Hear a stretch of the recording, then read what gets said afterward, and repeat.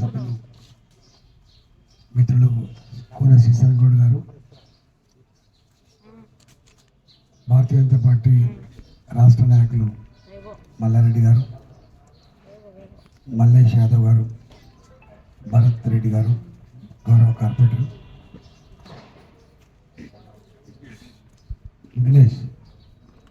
విఘ్నేష్ గారు, స్థానిక నాయకుల పేరు వెంకటేష్ గారు, విజయ్, శ్యామ్, మల్లేష్, అందరికీ వారి పేరు ముందు రాసిస్తే చెప్తుంటారు.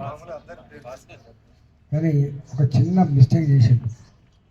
12 గంటల దాకా టిఫిన్ పెట్టకపోతే తప్పు కదా. దానికి మాకు రోజు ఇప్పుడు అట్లాంటి పని చేయకుండా 9 గంటల లోపు రావాలి. వాళ్ళు రాకపోతే మనం తినాలి, తర్వాత వస్తే వాళ్ళకు కూడా ఇంత పెడతాం. 12 గంటలకు మరి లంచ్ అని పెడతా. మీ అందరికీ నమస్కారం. నేను తండా అంటే అక్కడ దూర ప్రాంతం ఏమన్నా వచ్చినాను, కానీ మంచి హైదరాబాద్ బిల్డింగ్, అర్బన్ ప్రాంతం. మొత్తం హైదరాబాద్లో అత్యధికంగా బిజినెస్ ఎంటర్ప్రీనర్షిప్ అనేటువంటి ప్రాంతం.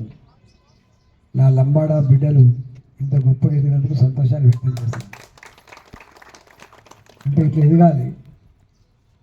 ఊకే దరఖాస్తు ఇచ్చి దండం పెట్టి గరీబోళ్ళక గది అనే స్థాయికి కాకుండా మనమే 10 మందికి ఉపాధి కల్పించే స్థాయికి ఎదిగితే ఇదే నిజమైన డెవలప్మెంట్కి ఆస్కారం ఉంటుంది. కాబట్టి మీరు ఎదిగిన వాళ్ళుగా ఇంకో 10 తండాలకు ఆదర్శవంతంగా ఉండాలని చెప్పి నేను కోరుకుంటున్నా. మీకు తెలుసు, మొన్ననే అయోధ్యలో ఆలయాన్ని కట్టిన తర్వాత ప్రతి ఇంటికి తలబిడాలు పంపించారు మోడీ గారు. మనందరి స్వప్నం, మనందరి కళ, మనందరం ఆరాధించేటువంటి దైవం ఇవాళ జై శ్రీరామ్. మొన్ననే మోడీ గారు కట్టి మనందరి దేశంలో కశ్మీర్ నుంచి మొదలుపెట్టి కన్యాకుమారి వరకు అన్ని కుటుంబాలకు పంపించి ఇవాళ ఎక్కడికి పోయినా మోడీ గారు గొప్ప పనిచేసిన భావన కలుగుతాను.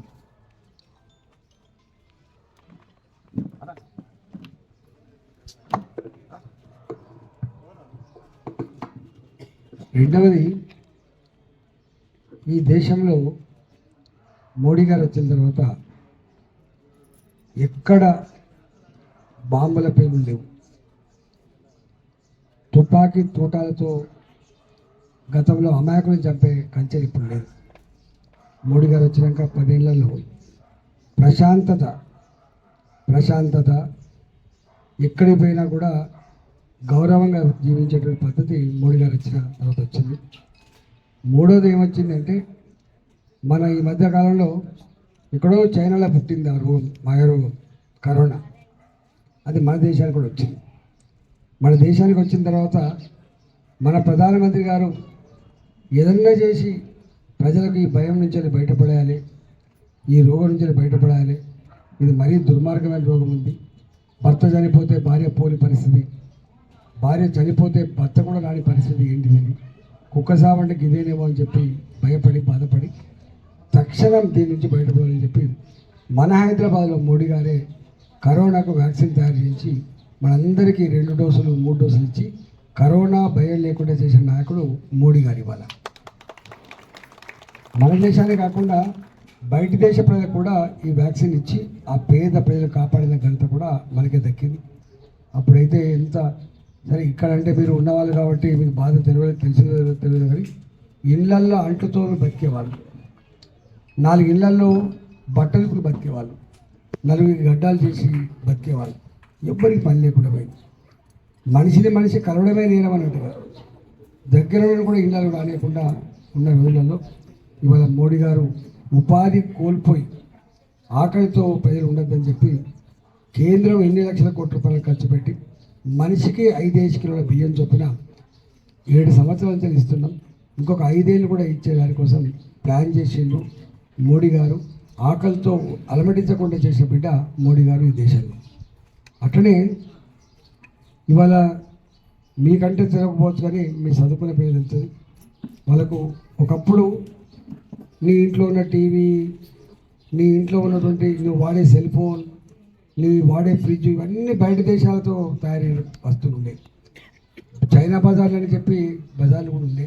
ఇవాళ అన్నీ మన పిల్లలకు ఉపాధి రావాలి, మన వస్తువు మనమే ఉత్పత్తి చేసుకోవాలని చెప్పి made in India, make in India చెప్తే ఇవాళ నీ వాడే సెల్ ఫోన్, నీ ఇంట్లో ఉండే టీవీ, నువ్వు ఇంట్లో ఉండే ఫ్రిడ్జ్, ఇవన్నీ ఇలా మన దేశం తయారవుతుంది మొట్టమొదటిసారి. ఇంతకుముందు లేదు. ఇవన్నీ పక్కన పెట్టు.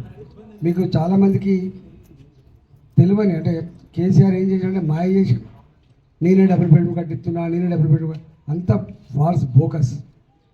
కేంద్ర ప్రభుత్వం మోడీ గారు ఏదో ఒక ఇల్లు ఉండనే పేదోనికి, వాళ్ళు హైదరాబాద్లో కిరాయికి ఉండాలంటే 5,000 రూపాయలు 10,000 రూపాయలు అవుతుంది.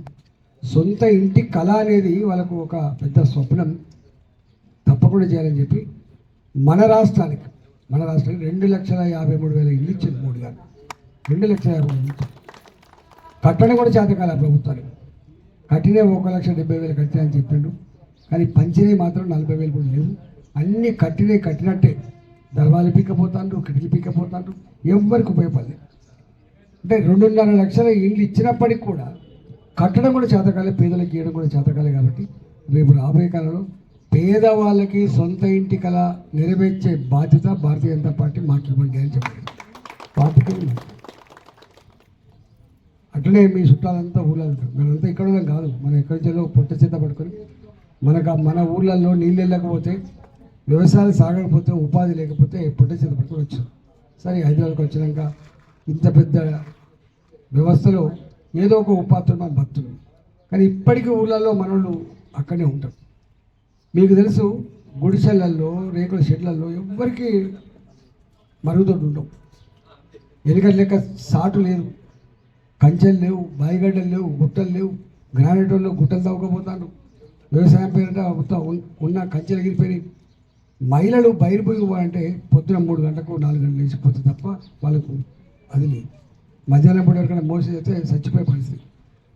అట్లాంటి పేదల గురించి ఎంతోమంది ముఖ్యమంత్రులు వచ్చిండ్రు, ఎంతోమంది ప్రధానమంత్రి వచ్చిండ్రు, ఎవరు ఆలోచన చేయలేదు. ఎక్కడో ఢిల్లీలో కూర్చున్నటువంటి మోడీ వీళ్ళ కోసం ఆలోచన చేశారు. మొత్తం దేశవ్యాప్తంగా స్వచ్ఛ భారత్ కింద ప్రతి గుడిసెకు, ప్రతి రేకుల షెడ్డుకు టాయిలెట్ కట్టించి మహిళల ఆత్మగౌరవాన్ని కాపాడే బిడ్డ మోడీ గారి వాళ్ళు 12 కోట్లు ఇవ్వాలి. అది చెప్పుకోవడానికి చిన్నదే కావచ్చు, అది 12,000 రూపాయల 10,000 రూపాయలు కాదు. కానీ దానివల్ల ఎంత రెస్పెక్ట్ పెరిగింది, ఎంత మనకు టెన్షన్లో కూడా పోయిందో మాటలు చెప్పాలి. అట్లా అనేక విషయాల్లో ఇలా మోడీ గారు పేదల గురించి, పేదల ఆకలి గురించి, పేదల టాయిలెట్ గురించి, ఇవాళ పేదల డబుల్ బెడ్రూమ్ల గురించి ఆలోచన చేసింది. కాబట్టి మళ్ళీ మనం మోడీ గారికే ఓటేసి ఆశీర్వదించమని చెప్పడానికి ఇక్కడికి వచ్చినాం. కాబట్టి సరే, మీ పిల్లలు వస్తారు. నేను ఒకటే ఈ తండావాసం విజ్ఞప్తి చేస్తున్నాం. ఈ దఫా ఇలా బీఆర్ఎస్ పార్టీ ఉంది, మొన్న దాకా మళ్ళీ రాసి రంపాన పెట్టి ఎవడైనా గిట్లాంటి కండు వేసుకుంటున్నావు, నువ్వు ఎందుకు వేసుకుంటున్నావు, మీ అమ్మ పెన్షన్ తీసేస్తా అని చెప్పేది వాడు. నువ్వు కండు వేసుకుంటే నీ డబుల్ బెడ్రూమ్ కాదని చెప్పాడు, నీ పిఎం కార్డు రద్దు చేస్తా అని చెప్పాడు, తినేది మా సొమ్ము, పాడేది వాళ్ళ పాట పాడతామని చెప్పాడు.